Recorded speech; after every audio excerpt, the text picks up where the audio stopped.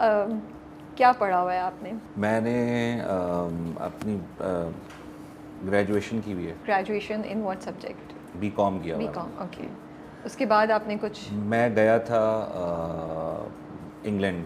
अच्छा, वहाँ, ओके। तो वहाँ फिर मैंने AAT किया था, एसोसिएशन ऑफ अकाउंटिंग टेक्नीशियन। फिर मैंने ACCA में एडमिशन लिया था, मगर फिर वो मैं वहाँ कंप्लीट नहीं कर सका। मुझे लगा कि ये कोर्स मेरे लिए बहुत मुश्किल है। एक्सपेक्टेशंस घर वालों की यही थी कि भाई तुम चार्टर्ड अकाउंटेंट मैं तुम्हें बनाना है, मगर वो मैं नहीं कर सका। फिर then I came back. Okay. फिर मैंने ग्रेजुएशन की। ग्रेजुएशन के बाद फिर मैंने यहाँ पे आने के बाद तो यहाँ कहाँ पढ़ा आपने? कराची यूनिवर्सिटी। कराची यूनिवर्सिटी से, ओह ओके। सो यू उस टाइम पे जब काफ़ी हल्ला गुल्ला होता था कराची यूनिवर्सिटी में, या सुकून वाले? नहीं, मैंने तो प्राइवेट। अच्छा, प्राइवेट किया आपने, ठीक है। तो उसके बाद, सॉरी आप कह रहे थे न्यूज़ एंकरिंग, लेकिन उससे पहले आपने जॉब भी तो की हुई है बैंक में, नहीं? वो उसके बाद की थी। अच्छा, न्यूज़ एंकरिंग पहले की थी आपने? ओह वाओ, वो कैसे हुआ? मेरे मामू बेसिकली उन्होंने मुझे वो न्यूज़ चैनल में मार्केटिंग हेड थे उस ज़माने में, अभी भी हैं वो। तो उन्होंने मुझे फिर कहा कि भाई तुम यहाँ ट्राई करो, और मैं गया। मैंने कौमी अखबार जो इलियास शाकिर साहब का है, उन्हीं का चैनल भी था। 2007-8 की बात, ओके। धूम TV, उसमें मैंने कुछ अर्से खबरें पढ़ी। उर्दू में? उर्दू में। फिर मैं, तो मज़ा नहीं आया आपको? मज़ा नहीं आया, बिल्कुल भी नहीं। कितना अर्सा किया आपने? बहुत मोनोटनस थी।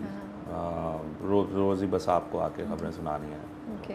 वो फिर मोनोटनस थी, फिर मुझे मज़ा नहीं आया। फिर लेकिन उधर से भी आपको ख्याल नहीं आया अभी कि मैं कुछ नहीं आया, एंटरटेनमेंट की साइड पे जाऊँ, या टीवी जर्नलिज्म की तरफ ही जाऊँ? नहीं, आपको कैसा? नहीं आया ख्याल। आपने उसको छोड़ा वापस अपना? फिर हमारे एक कज़न हैं, उनसे मुलाकात हुई एक शादी में, तो उन्होंने कहा कि भाई तुम, वो बैंकर थे, उन्होंने कहा तुम एक काम करो, तुम बैंकिंग में आ जाओ, तुम्हारा फाइनेंस बैकग्राउंड भी है, तो तुम उधर आओ। तो मैंने फिर वहाँ इंटरव्यू दिया, तो मैं एज अ बैंकर वहाँ पे अपॉइंट हो गया। ओके। सेल्स में। ठीक है। वो मैंने नौकरी की कोई 2, 2.5, 3 साल। वो अच्छी लग रही थी आपको, या वहाँ पे भी कुछ बस गुजारा कर रहे थे आप? गुजारा कर रहा था। मतलब ये कि ये मैं पहली दफ़ा बता रहा हूँ किसी ने बैठ के, कि वरना आप कहते हैं ना कि नहीं मुझे मज़ा नहीं आ रहा था, तो लोग पता नहीं क्या सोचेंगे, क्या क्लैरिटी नहीं थी ज़िंदगी में कुछ करने की। फिर कुछ, मैं जहाँ नौकरी करता था वहाँ सामने जो मेरी ब्रांच थी बैंक की, उसके सामने एक इंस्टीट्यूट था जहाँ पे एक खातून थी, स्टूडेंट काउंसलर थी, उनसे मेरी बातचीत थी। तो आप क्या काउंसलिंग में गए थे उनसे? जी नहीं, हम काउंसलिंग लेने गए? नहीं, हमारी बातचीत थी, फ्रेंड्स आप कह सकते हैं कि वो। तो कैसे बातचीत हुई? मैं ये इंटरेस्टेड हूँ जानने के लिए। वो ऐसे हुई कि वो या वो अकाउंट खुलवाने आई थी? मैं ऐसी प्रेडिक्शन कर रही हूँ। आप सही प्रेडिक्शन कर रहे हैं। अरे मेरी प्रेडिक्शन सही है? सही है, क्योंकि मैंने अपना जहन घुमाया, मैंने कहा कैसे मुलाकात हुई होगी, बिकॉज ऐसे तो नहीं हो सकता ना, वो चलती भी जा रही हूँ, आपने उनको रोक लिया। ऐसा तो नहीं हो सकता, ऐसा तो नहीं हो सकता। तो मुझे ये, ओह वाओ, मेरी प्रेडिक्शन सही है। अकाउंट खुलवाने आई थी, तो उनसे मेरी बातचीत शुरू हुई थी। Was it love at first sight? अभी इस वक्त तो नहीं। अच्छा, इस कहानी के इस मोड़ पे नहीं है? इस मोड़ पे अभी सिंपल क्लाइंट है। अभी सिंपल। तो उनको जो था वो होस्टिंग का था, होस्टिंग का शौक था। ओके। तो उन्होंने फिर मुझसे कहा कि भाई मुझे होस्टिंग वगैरह का है। लेकिन उन्होंने आपसे क्यों कहा? दोस्ती हो गई थी ना। अच्छा, दोस्ती हो गई थी, ठीक है। वो बीच का क्या आपने पार्ट फ़ोन पे बातचीत शुरू हो गई थी, ठीक है, ओके। तो जो बस वो नॉर्मल बातचीत ही होती थी, और उन्होंने उसमें। तो अभी फ्रेंडशिप जोन में थे आप लोग? हाँ, फ्रेंडशिप। या मतलब पता, फीलिंग्स थी लेकिन बता नहीं रहे थे? अभी तो बिल्कुल शुरू का था। ओके, सही है। तो फिर You're okay with this ना? जी। हाँ, ठीक है। देखिए, मैंने पूछ लिया, परमिशन ले लिया मैंने। He's okay with it। अच्छा, मज़े का इंटरव्यू आ रहा है ना? हाँ। तो उन्होंने फिर जिक्र किया एक दिन के, किसी ने बताया है कि नैपा एक जगह है, तो वहाँ आप चली जाएं, और वहाँ पे आपको ट्रेनिंग वगैरह कुछ देते हैं। वो भी उनको भी क्लैरिटी नहीं थी, और मैंने तो पहली दफ़ा नाम सुना था। ठीक है।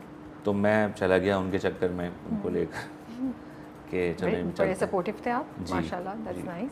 एंड दैट्स काफ़ी अर्से पहले की बात है ये? जी, काफ़ी अर्से पहले। It's about 10 years back, right? जी बिल्कुल, 2013 की बात है, सितंबर नवंबर। तो हम जब वहाँ पर गए, तो उन्होंने कहा भाई हम एक्टिंग कोर्सेज करवाते हैं, और डायरेक्शन कोर्सेज और राइटिंग और ये सब। परफॉर्मिंग आर्ट्स एकेडमी है।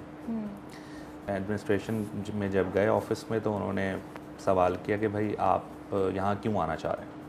उनसे किया, मैं तो पीछे खड़ा हुआ था। ओके मैं तो बस गया था। अब ये सवाल तो इसका कोई जवाब उस वक्त बना नहीं कि भाई क्यों आना चाह रहे हैं, और क्यों आइडिया ही नहीं था किसी चीज़ का। एक मोटा मोटा ये था कि होस्टिंग करनी है, बट परफॉर्मिंग आर्ट्स एकेडमी में क्यों जाना चाह रहे हैं, आई हैव नो आइडिया।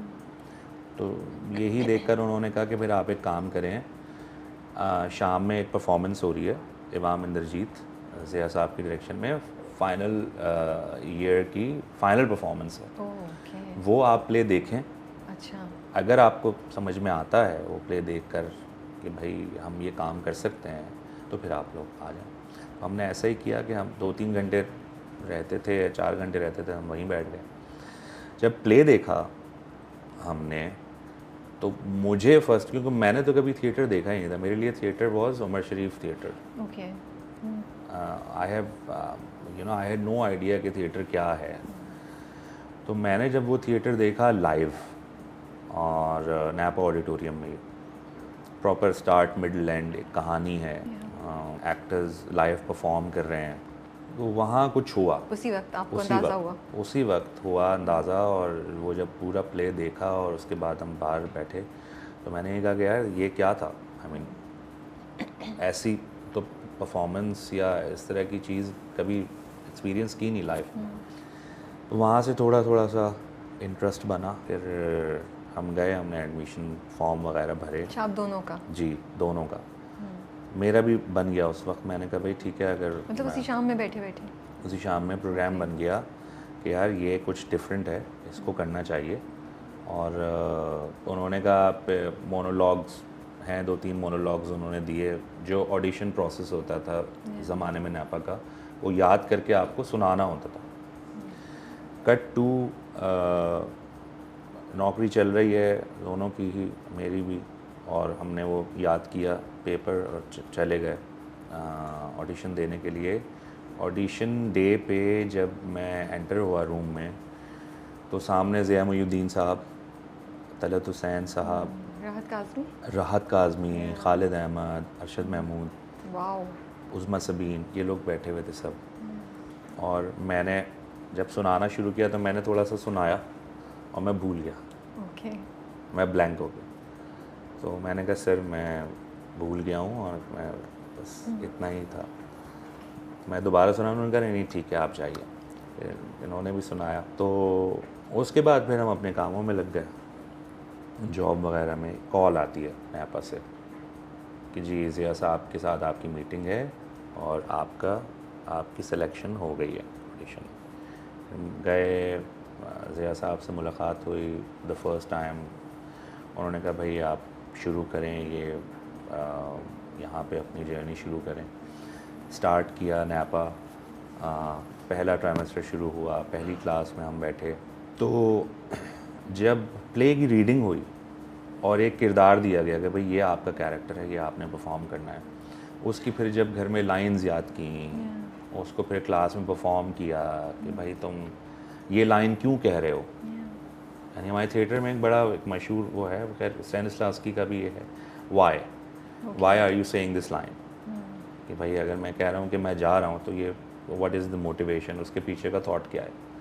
जब ये चीज़ें इंट्रोड्यूस हुई मेरी ज़िंदगी में तो फिर तो बिल्कुल ही मेरा उस तरफ झुकाव बन गया और मैंने अपनी बैंकिंग नौकरी छोड़ दी, करियर छोड़ दी।